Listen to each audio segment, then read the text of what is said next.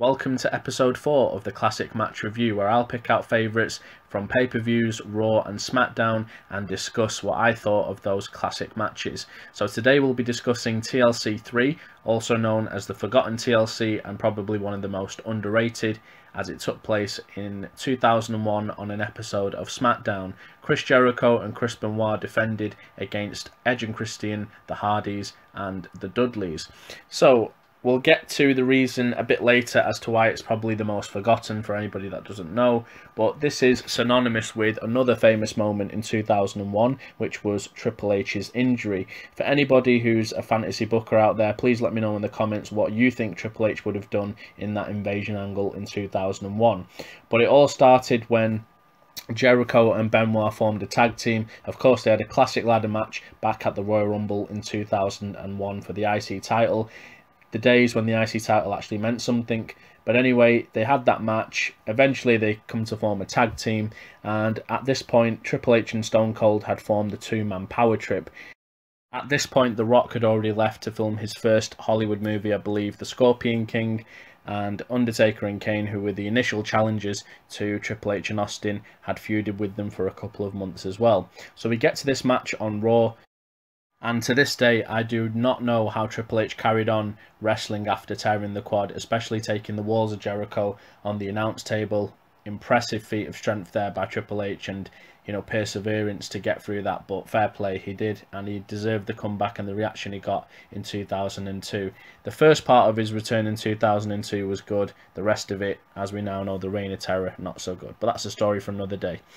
So we get to SmackDown, and Vince cuts a promo saying that Triple H will be out for 6 to 8 months, and that Vince, Triple H and Austin will enjoy what happens tonight, which is Jericho and Benoit defending their titles in a TLC match for the first time on free TV. And this was a big deal in those days. I mean, it's only 20 years ago, and I say only because it doesn't feel like 20 years ago, but 20 years ago, telling fans that you're going to get a TLC match on SmackDown or Raw was huge, and the match did not let down. So Jericho and Benoit were not out of their element in this situation. Of course, they had that brilliant ladder match at the Rumble, as mentioned earlier in 2001, and yeah, great spots from every team. Jeff Hardy impressed as always. Brilliant chemistry, as with Bubba Ray Dudley. So there was a Bubba bomb from top of the ladder by Bubba Ray to Jeff earlier in the match, and then Jeff leaped over one ladder to another and threw Bubba Ray Dudley on the announce table, which was amazing. There was the usual spots where wrestlers are getting pushed off a ladder while trying to go for the titles. They always look horrible. And I think there was a spot where Jericho gave Bubba a bulldog from the top of a ladder. Now, I know that he gave the same spot to Bubba Ray Dudley in 2002 in the TLC match on Raw, and that one gave him a concussion outright. I'm not sure if this did or not, but I definitely know the one in 2002 did.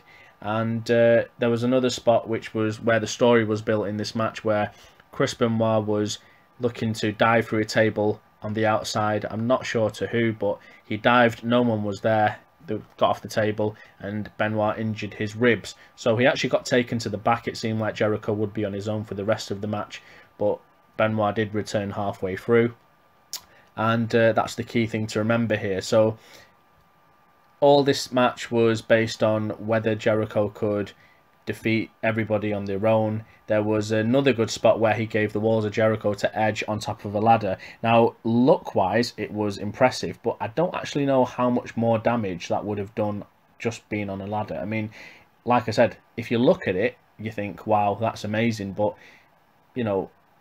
walls of Jericho on a ladder, it's like, say, when they do the figure four through the ladder. So, for instance, Becky Lynch and Charlotte Flair. Charlotte Flair gave her the figure eight through the ladder, and I don't think what that actually adds to doing it. Rusev used to give the submission while he was on the steel steps, and I don't think what that adds to it apart from just the look, which is what I'm trying to say with this. So look wise, it was impressive, and Benoit eventually returns, and by this point there was a spot where obviously he just climbs the ladder, everybody's out, so much carnage in the ring, outside of the ring, and he lifts the titles and they retain. So a great match. It's forgotten for the obvious reasons, with of course Benoit's tragedy in 2007. I'm sure WWE would like to have remembered it otherwise, And yeah, once again, the whole story on Raw as well would have been nice to remember, with, you know, Triple H being injured, you know, mentioning that in all the DVDs they've had, you know, Triple H's documentary, and they could have mentioned the match as to why, who the match was with. They can't do that though, obviously, due to the Benoit situation, so that part of it is all gone. You can, however, relive this match on the network. As far as the aftermath goes, this was truly the end for me of WWE's tag division. Even to this date, it's never recovered, because Edge and Christian split up a few months later. I think Christian joined the Alliance, turned heel on Edge, and from then on they never teamed again. I don't think the Hardys did stay up as a team, but they never were in any serious feuds. I think Brock Lesnar, they faced him together at Backlash in 2002, but nothing ever came of them as a team again, up until years later when they won the titles again in 2007, I believe. But the point is, there was nothing credible ever for them again as a team. There was also the Dudleys, who remained a team, but they were part of the invasion with the Alliance, and after that Reverend Devon was born on SmackDown. Bubba Ray stayed on Raw, part of the hardcore division, and Jericho and Benoit. So Benoit did get injured a little bit later down the year, and he wasn't part of the invasion angle. Jericho was, and of course by the end of the year he won the undisputed title with those wins against The Rock and Austin in the same night. I'm sure we've heard about that many times from the man himself. So all in all, great match.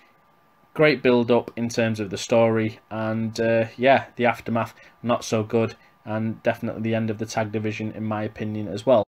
Let me know what you thought of this in the comments, whether you disagree or agree, and I'll be back in episode 5 of the Classic Match Review, and we're going to bring it right back to a most recent pay-per-view, and that was of course WrestleMania 36, and it was too good for one night, as they said.